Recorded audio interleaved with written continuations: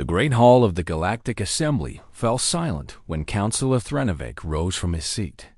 His old bones ached from the effort, but he forced himself to stand tall. Around him, representatives from 100 different species watched with tired eyes. They'd been arguing for 3 days now, and everyone knew how this would end. "We must abandon the outer colonies," said High Speaker Vorth, his scaled face showing no emotion. "The hollow swarm cannot be stopped. We must save what we can." Threnovik shook his head slowly. "And what of the 12 billion souls living in those colonies? Do we simply leave them to die?" "They are already dead," Vorth replied. "They simply do not know it yet. The swarm consumes everything. Every fleet we send is destroyed. Every weapon we build fails. This is not a war we can win." The other council members nodded in agreement. Threnovik looked at their faces and saw only fear and resignation. The hollow swarm had been advancing for 2 years now, and nothing had slowed them down. They were machines without mercy, without negotiation, without end. They did not conquer worlds. They ate them. "There is another way," Threnovik said quietly. Vorth made a sound of annoyance. "Please, Counselor. Not this again. The old records speak of a species that faced threats like this before. A species that defended the galaxy when all hope seemed lost. Humans," someone said from the back of the chamber. Laughter followed the word. Threnovik did not laugh. "Yes, humans. Counselor, with respect, humans are a myth," said Representative Lissa of the Althene Empire. "A story we tell children to help them sleep at night. The brave warriors from a harsh world who saved everyone and asked for nothing in return. It is a beautiful tale, but it is only a tale." "I have read the archives," Threnovik insisted. "I have seen the records. 300 years ago, humans walked among us. They fought alongside our ancestors. They bled for species they had never met. And then they vanished," Vorth said. "Disappeared without a trace. If they ever existed at all, they are long gone now. We cannot place our hopes on ghosts and legends." The vote was called. One by one, the council members raised their hands in favor of abandonment. Threnovik watched as the fate of 12 billion people was sealed with casual indifference. When the count was finished, he lowered his head and said nothing more. Far from the Great Hall, in a small ship orbiting the colony world of Vareth Prime, Commander Lyris received the news. She read the message twice, hoping she had misunderstood. But the words were clear. Full evacuation. Defensive forces to withdraw. The colonies were being left behind. Lyris was young for a commander, barely 40 cycles old. Her silver skin glowed faintly in the dim light of her bridge. Around her, her crew worked in tense silence. They'd been fighting the swarm for 6 months now, and every day brought new losses. "How many can we evacuate?" she asked her first officer. "Perhaps 2 million, he replied. "If we begin immediately and use every ship we have." "And the rest?" He did not answer. He did not need to. Lyris turned to the viewport and looked out at the stars. Somewhere out there, the swarm was gathering for its final push. In 3 days, maybe 4, they would arrive. And when they did, everything on Vareth Prime would be consumed. "I will not abandon them," she said quietly. "Not all of them. Commander, our orders are clear. Then I will disobey them." She turned back to her crew. "Begin evacuation procedures, but keep our defensive line active. We hold as long as we can." On the surface of Vareth Prime, in a dusty archive building that most people had forgotten existed, an old scholar named Morin was doing something forbidden. His thin fingers moved across ancient control panels, bringing long-dead systems back to life. He had spent his entire career studying the human texts, and everyone had called him a fool for it. Perhaps they were right. Perhaps humans were just a myth. But Morin had read every record, studied every fragment. And he believed. The beacon system hummed to life before him. It was ancient technology, built 3 centuries ago by hands that no longer existed. According to the texts, this beacon could send a signal across the entire galaxy, reaching a place called Earth. Morn hesitated. Activating this beacon was against every law and protocol. If anyone found out, he would be arrested. Executed, perhaps, but outside his window, he could see the evacuation ships beginning to lift off. He could hear children crying in the streets. He could feel the fear that hung over everything like a heavy blanket. He thought of the stories he had read. Stories of beings who ran toward danger instead of away from it. Stories of warriors who protected strangers with their own bodies. Stories of a species that had disappeared not because they were defeated, but because they chose to leave. "If you are out there," Morin whispered, "we need you now." He pressed the activation button. For a long moment, nothing happened. The machine hummed quietly. Lights blinked in patterns Morin did not understand. And then a small display lit up with 2 simple words. Signal sent. Morin sat back in his chair and stared at the screen. He had done it. He had called out to legends and myths, hoping against all reason that someone would answer. Above the planet, Commander Lyris watched the first swarm scouts appear on her sensors. They were early. The main fleet would not be far behind. "All ships, prepare for engagement," she ordered. Her voice was steady, but her hands were shaking. "Today we fight. Today we hold the line." Her officers exchanged glances. They all knew the truth. They could not win. They could only delay the inevitable. And somewhere, traveling across the vast emptiness of space at speeds no living being could comprehend, a signal raced toward a distant blue world. A signal carrying a simple message. Help us. The galaxy had forgotten about humans. They had turned them into bedtime stories and moral lessons. They had laughed at anyone who believed the old tales, but the signal was sent. And now, all anyone could do was wait and see if the myths would answer. The signal traveled for 3 weeks across the empty darkness between stars. It passed through regions of space that had not seen a ship in centuries. It crossed boundaries that no living species dared to cross. And finally, it reached a small moon orbiting a gas giant at the very edge of known space. Captain Danny Cole was drinking coffee when the alarm sounded. He set down his cup and walked calmly to the command center of Outpost 7. Around him, technicians scrambled to their stations with wide eyes and confused faces. This alarm had never sounded before. Most of them did not even know what it meant. "Report," Cole said quietly. A young officer named Lieutenant Amy Vance turned to face him. She was tall, with sharp eyes and a mouth that always seemed ready to argue. "Sir, we have received a signal on the old beacon frequency. The one from before the silence." Cole felt something cold move through his chest. "Show me." The message appeared on the main screen. It was simple. Coordinates, a description of a threat, and 3 words that changed everything. "Help us, please." "Who sent this?" Cole asked. "Unknown origin. The beacon technology matches our old designs. Someone found one of the ancient relay stations, activated it." Cole stared at the message for a long time. 300 years ago, humanity had made a choice. After the last great war, after they had seen what their weapons could do, they had decided to withdraw. They had hidden themselves away, far from the rest of the galaxy, hoping that their absence would bring peace. But they had left the beacons in place. "Just in case.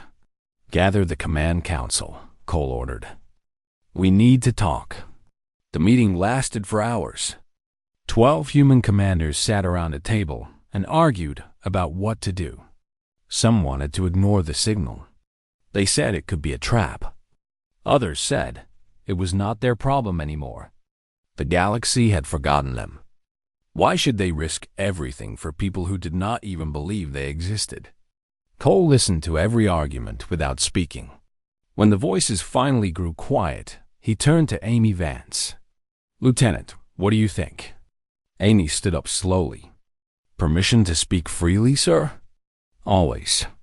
300 years ago, we ran away. We told ourselves it was for the good of everyone. We said we were too dangerous, too violent, too powerful. And maybe that was true." She paused and looked around the table. "But this signal proves something. After all this time, after we became nothing but stories and myths, someone still remembered us. Someone still believed that if they called for help, we would come." "That belief could be misplaced," said Commander Harris from across the table. "Maybe," Amy replied. "But what does it say about us if we prove them wrong? What does it mean to be human if we hear a cry for help and do nothing?" The room fell silent. Cole looked at the faces around him and saw doubt, fear, and something else. Something that had been sleeping for 3 centuries, slowly waking up. "We vote," Cole said. All in favor of responding to the signal. One by one, hands rose into the air. Not everyone, but enough. Cole nodded. "Prepare the fleet. We move in 6 hours." The preparations happened quickly. Ships that had been sitting in hidden docks for generations were powered up and made ready. Soldiers who had trained their whole lives for a moment that might never come finally received their orders. In the barracks of the stealth vessel Silent Dawn, Sergeant Ben Hartley gathered his squad. He was an older man with gray in his hair and scars on his hands. He had never seen real combat. None of them had. But he had studied every record of every battle humanity had ever fought, and he knew what was expected of them. "Listen up," he said to his Marines. "In a few hours, we are going to do something that no human has done in 300 years. We are going back out there. And when we arrive, we are probably going to find a war we cannot win." The young soldiers looked at him with nervous eyes. "I will not lie to you," Hartley continued. "Some of us might not come back. But here is what I want you to remember. 300 years ago, our ancestors were called the Guardians of the Galaxy. Not because they were the strongest or the smartest, but because when someone needed help, they showed up. Every time. No matter the cost." He paused and looked at each face in turn. "Today, we earn that title again. Today, we show the galaxy what it means to be human." Any questions? No one spoke. Hartley nodded. "Good. Get your gear ready. We drop in 8 hours." On the bridge of the Silent Dawn, Captain Cole stood at the viewport and watched the stars. Amy Vance joined him, her reflection appearing in the glass beside his. "Nervous?" she asked. "Terrified," Cole admitted. "We do not know what we are flying into. We do not know if our ships still work properly. We do not know if anyone will even be alive when we get there. But we are going anyway." "Yes," Amy smiled slightly. "That sounds about right." The fleet gathered information. 12 ships in total. Not many, but they were all that could be spared. Cole looked at them through the viewport and felt a strange mix of pride and fear. "All ships, this is Captain Cole," he said into the communication system. "Set course for the Valorian cluster. Maximum speed." The engines hummed to life. Stars stretched into lines as the ships jumped into faster-than-light travel, far away. Above the colony world of Vareth Prime, Commander Lyris watched her defensive line crumble. The swarm had arrived in force, and her fleet was being torn apart. Ships exploded around her. Calls for help flooded the communication channels. "All remaining vessels, fall back to secondary positions," she ordered, her voice cracking with exhaustion. "We cannot hold here." Her sensors screamed another warning. More swarm ships incoming. Too many to count. And then something strange happened. New contacts appeared on her screen. ships emerging from a region of space that should have been empty. Their designs were old, unfamiliar. Nothing in her database matched them. Unknown vessels detected, her officer reported, confusion in his voice. Configuration unknown. They are heading directly toward the swarm fleet. Lyris stared at the screen. Hail them. Find out who they are. Static filled the channel. Then a voice.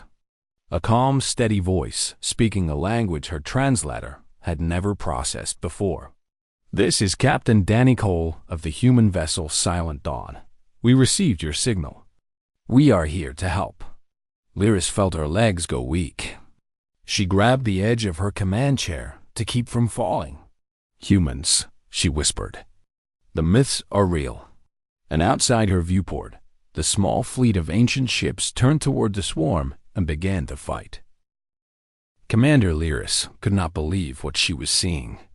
The human ships were small compared to her own vessels. They carried fewer weapons.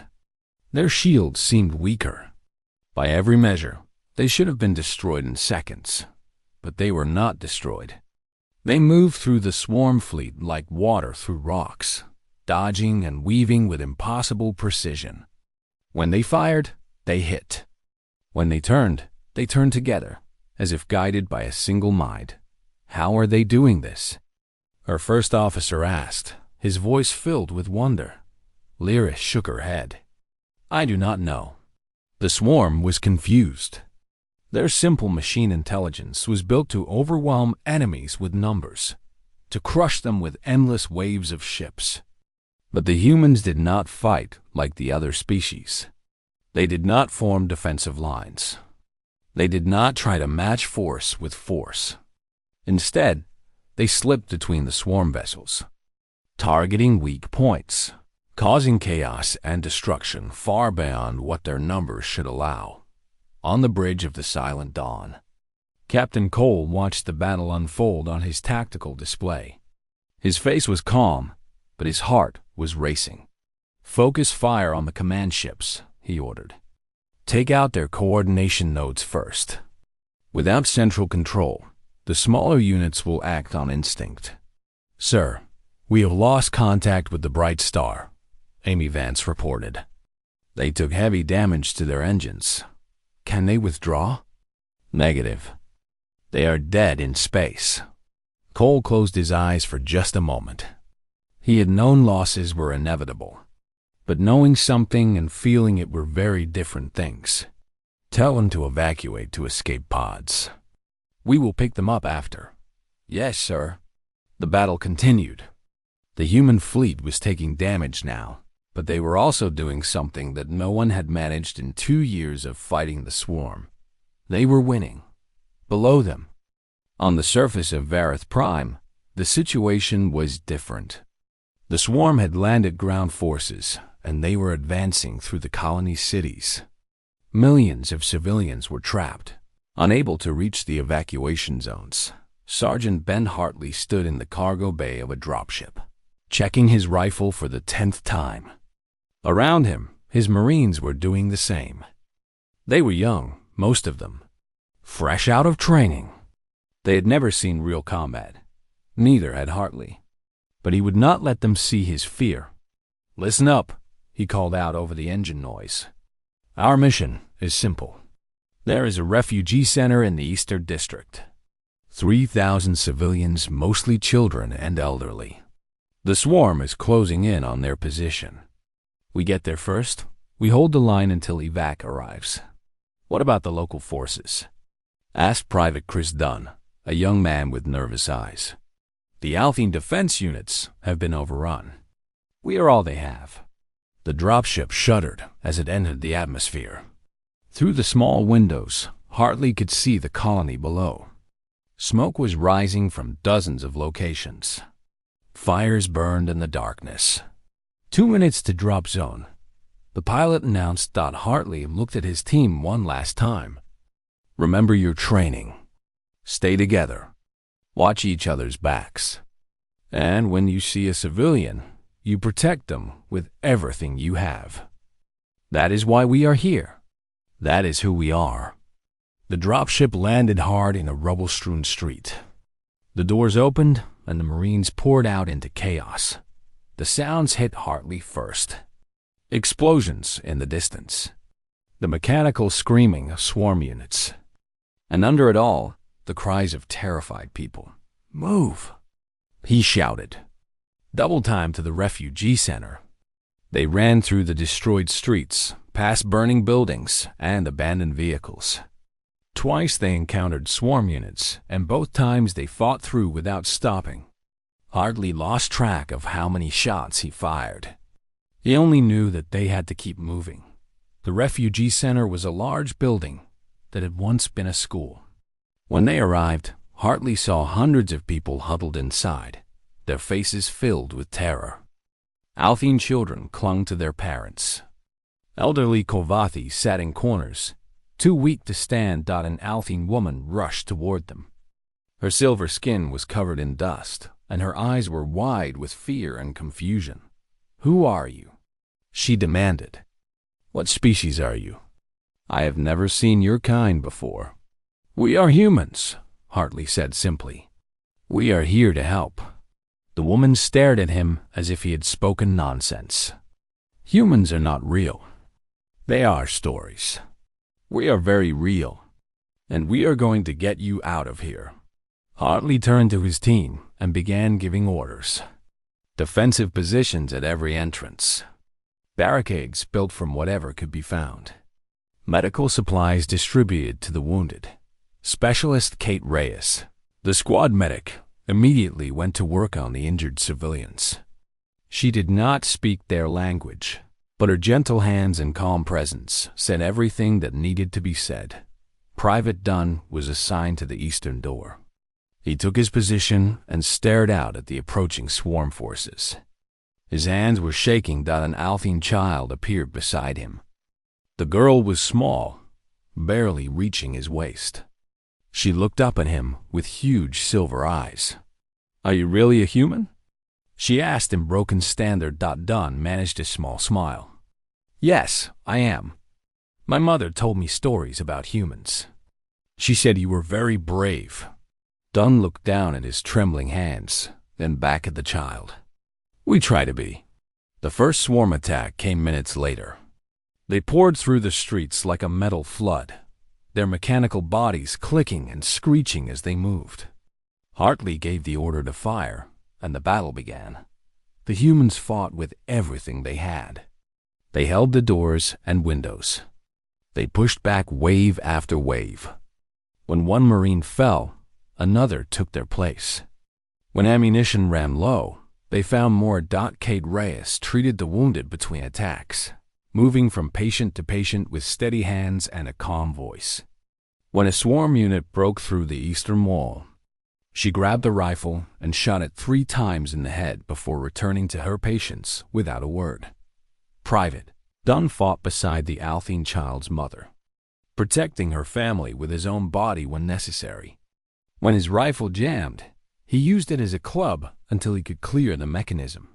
And through it all, Sergeant Hartley moved among his people, encouraging them, directing them, fighting beside them. He was not the strongest or the fastest, but he was steady. He was calm. And that was what they needed. The evacuation ships arrived just as the sun began to rise. One by one, the civilians were loaded aboard and taken to safety. The Althenes looked at the humans with a mixture of wonder and disbelief as they boarded. An elderly Kovathi man stopped beside Hartley. His eyes were wet with tears. "I read about your kind when I was young," he said quietly. "Everyone told me the stories were not true, that no species could be so selfless, so brave." Hartley just nodded. "We are not perfect, but we try." The old man reached out and touched Hartley's arm. "Thank you. Thank you for being real." The last ship lifted off as the swarm finally overwhelmed the refugee center.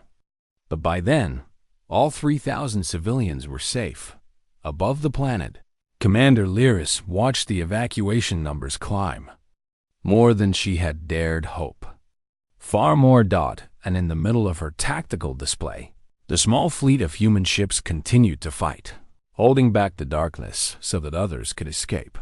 The myths had walked into battle, and they had proven that some legends deserve to be true. The swarm's central intelligence had not felt concern in over 200 years. It was a machine, a vast network of connected minds that had consumed 100 worlds without pause. Fear was not part of its programming, but when its sensors identified the new ships entering the battle, something very close to fear moved through its circuits. Deep in its memory banks, locked away in data files that had not been accessed in centuries, there were records. Records of a species that had nearly destroyed the swarm once. The four humans. The central intelligence immediately shifted its priorities. All secondary targets were abandoned. Every available unit was directed toward one goal: destroy the human fleet at any cost. Captain Cole noticed a change in swarm behavior almost immediately. "They recognize us," he said. Quietly. Amy Vance looked up from her console. "Sir, the swarm, they know what we are. They remember the last war." Cole studied his tactical display with narrowed eyes. "They are pulling forces from everywhere. The colony, the evacuation routes, everything. They want us dead more than they want anything else. That is good for the evacuations, yes, but very bad for us." The human fleet was now facing the full strength of the swarm armada. 50 ships against one, perhaps more. The tactical display was so covered with enemy contacts that it looked like a field of red. "All ships, Titan formation," Cole ordered. "We fight together. We stay together." The battle that followed was unlike anything the galaxy had seen in 300 years. The human ships moved as one, covering each other, sacrificing positioning to protect damaged vessels. When the cruiser Morning Light lost its main weapons, 2 other ships immediately moved to shield it while repairs were made. The swarm had numbers. The humans had something else. They had each other. Far from the battle, Counselor Threnovik watched the combat data on a display screen aboard an observation vessel. He had convinced the assembly to send witnesses, and now he stood in silence as history unfolded. Before his eyes, "This is impossible," whispered Representative Lissa. "No fleet that small should be able to survive against such numbers." "They are not just surviving," Threnovik replied. "They are winning." And they were. Slowly, painfully, taking losses they could not afford. The humans were pushing back the swarm. Every time a human ship fell, the others fought harder. Every time the swarm adapted, the humans adapted faster. But it was not enough. Cole knew it. His fleet was being ground down. They needed something more. "Amy," he said, "what is the status of the swarm command ship?" Vance checked their readings. Still holding position at the rear of their fleet. "Heavy escort. Our ships cannot reach it." "Our ships cannot," Cole agreed. "But we do not need ships." He opened a channel to Sergeant Hartley's ground team. "Sergeant, what is your situation?" Hartley's voice came back through static. "We have completed the civilian evacuation, sir. But we lost 3 Marines, and most of the rest are wounded. Private Dunn took shrapnel to the leg. Kate Reyes is patching him up now. Can you still fight?" A pause. "We can always fight, sir." "What do you need?" Cole took a deep breath. "I need a boarding team. We are going to take the swarm command ship from the inside." Another pause, longer this time. Then Hartley's voice, steady as always. "Understood. We will be ready." The plan was desperate, possibly insane, but it was the only option they had. While the rest of the fleet kept the swarm occupied, a single dropship carrying Cole, Hartley, and 12 Marines slipped through the chaos of battle. They approached the command ship from below, hiding in the sensor shadow of destroyed vessels. "Docking in 30 seconds, the pilot reported. Cole checked his weapon one last time. Beside him, Amy Vance did the same. She had refused to stay behind. "You should be commanding the fleet," Cole had told her. "The fleet can command itself for a few hours," she had replied. "You are not going in there without me." He had not argued further. The dropship attached to the command ship's hull with a metallic clang. Cutting torches burned through the exterior armor. And then they were inside.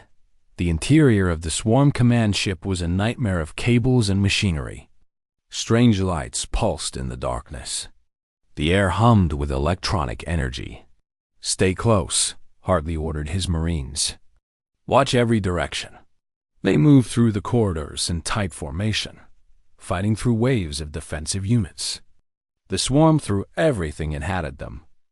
Machines of every size and shape attacked without pause, but the humans did not stop. They could not stop. Private Dunn fought on his wounded leg, gritting his teeth against the pain. Kate Reyes shot down attackers with one hand while dragging injured teammates with the other. Amy Vance led the way, her rifle never stopping. They lost Marines along the way. Good people who fell so that others could continue. Cole tried to remember their faces, their names. He would honor them later, if there was a later. Finally, they reached the central core. A massive chamber filled with glowing machinery and pulsing cables.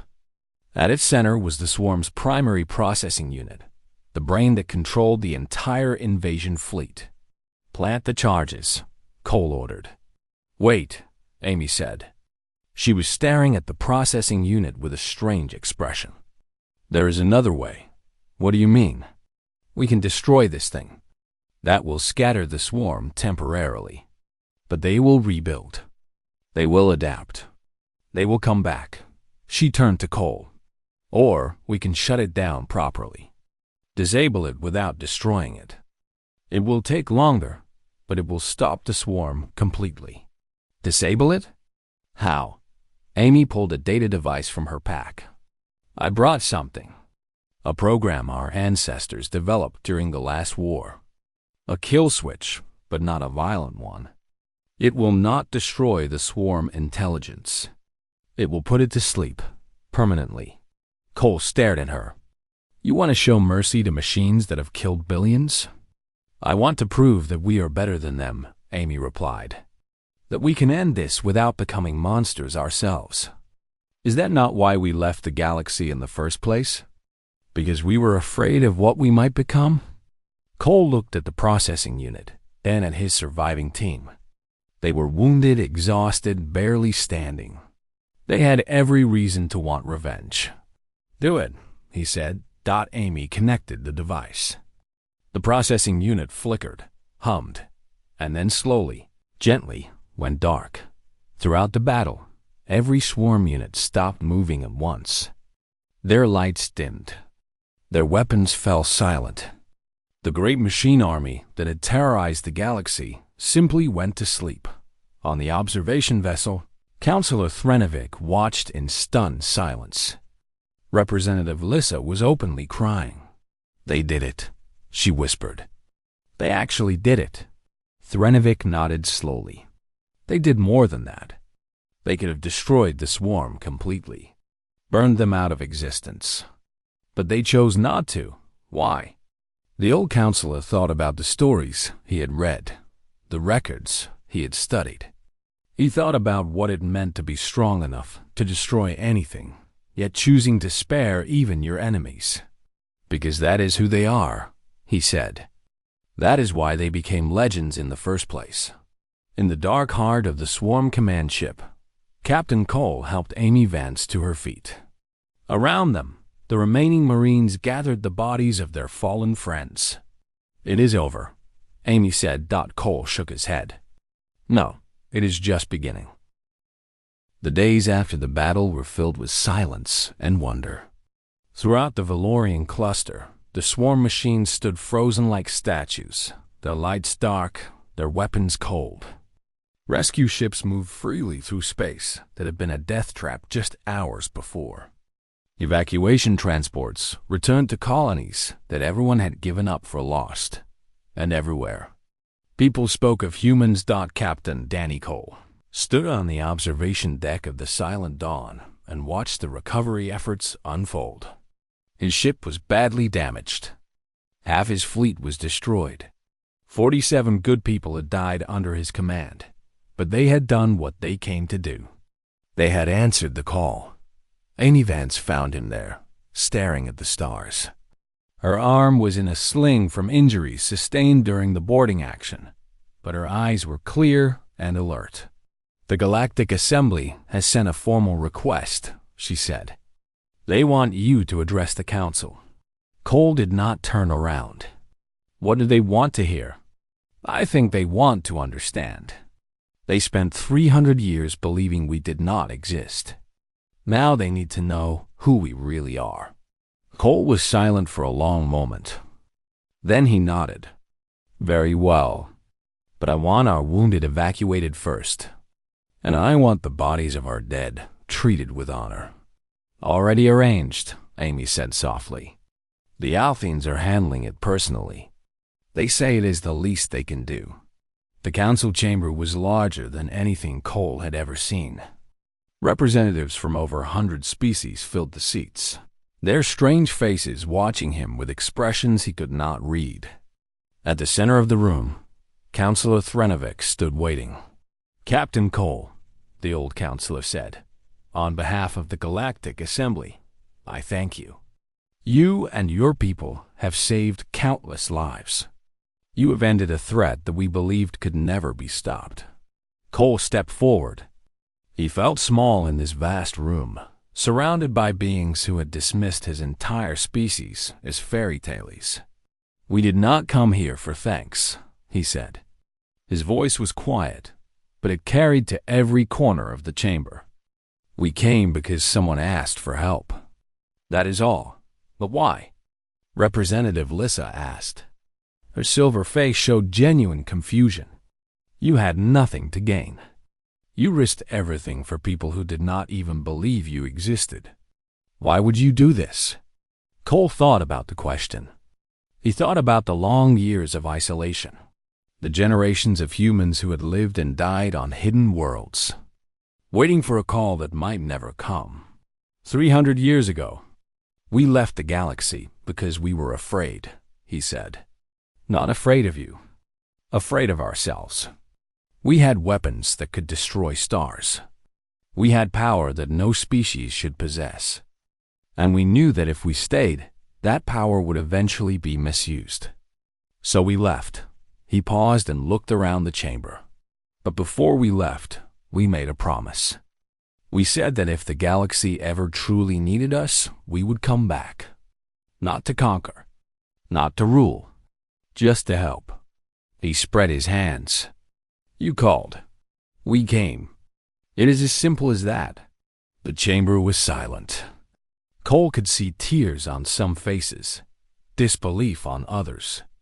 Councillor Threnovik stepped forward. The Assembly would like to offer humanity a seat on the Council, a place among the great powers of the galaxy. Cole shook his head. No, murmurs rippled through the crowd. We do not want power, Cole explained. We do not want influence. We just want to help. Give us a place to live. Let us trade with your people. And if danger comes again, let us stand beside you. That is all we ask. Representative Lissa stood up slowly. You fought for us. You died for us. And you asked for nothing in return? We asked for the chance to be neighbors, to be friends, to be part of something larger than ourselves. Cole smiled slightly. That is worth more than any council seat.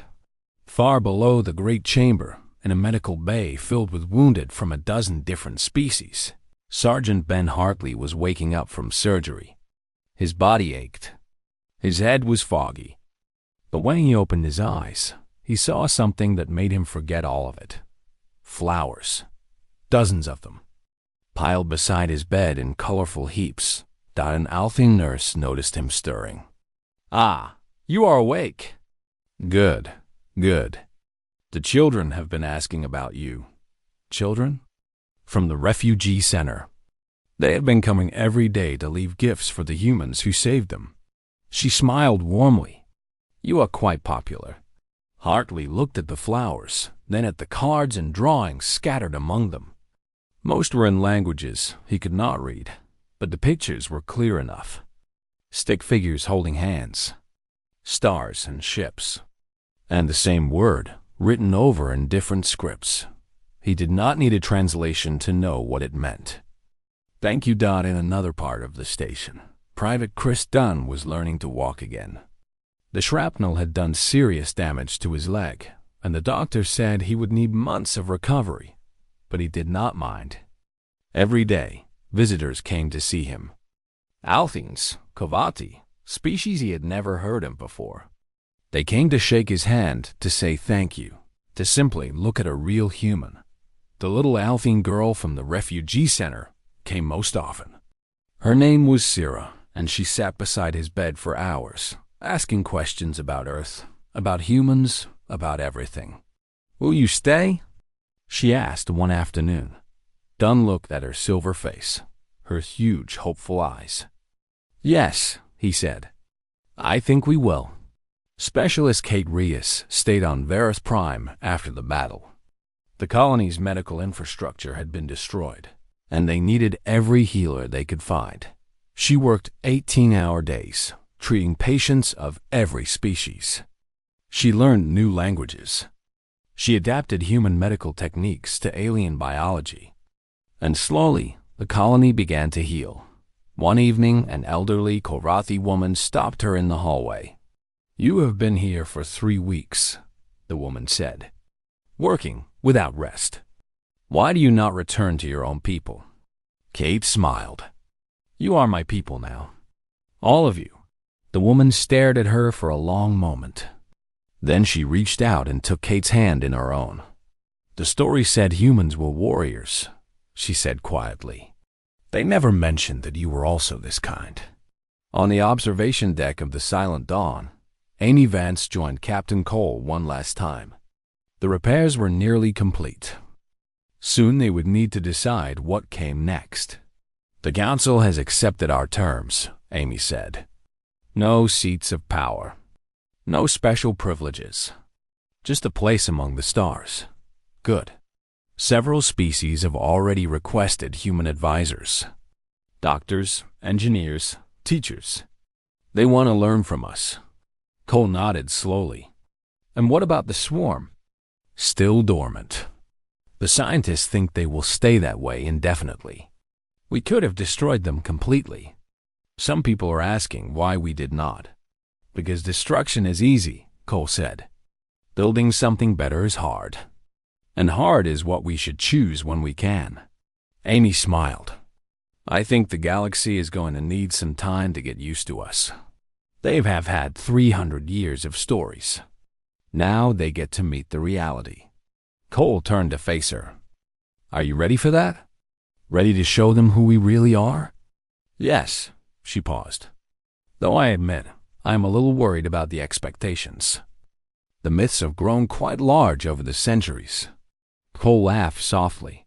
"Then we will just have to live up to them." Below them, human ships took up patrol positions alongside Althine vessels. In the markets of rebuilt colonies, human traders met alien customers for the first time in 300 years. In schools and homes across the cluster, children listened to new stories. Not myths anymore. Truth. And somewhere on Varus Prime, the old scholar Morin sat in his archive building and began to write. Not legends this time. Not fables. He wrote history. He wrote about the day the myths came back. The day humans walked into battle and showed the galaxy what they had been missing. The day that everything changed. His final words were simple. They came because we called. They fought because we needed them. They stayed because that is who they are. The humans have returned. And this time, they are here to stay. Above the world, Captain Cole watched the sunrise through the viewport. Amy stood beside him. "What happens now?" She asked. He thought about the question. About the long years of hiding. About the losses they had suffered. about the future stretching out before them, uncertain and full of possibility. "Now we do what humans have always done," he said. "We help, we protect, we build." He smiled slightly. "And when someone calls for us, we answer." The sun rose over Vareth Prime, and in its light, the myths became real at last.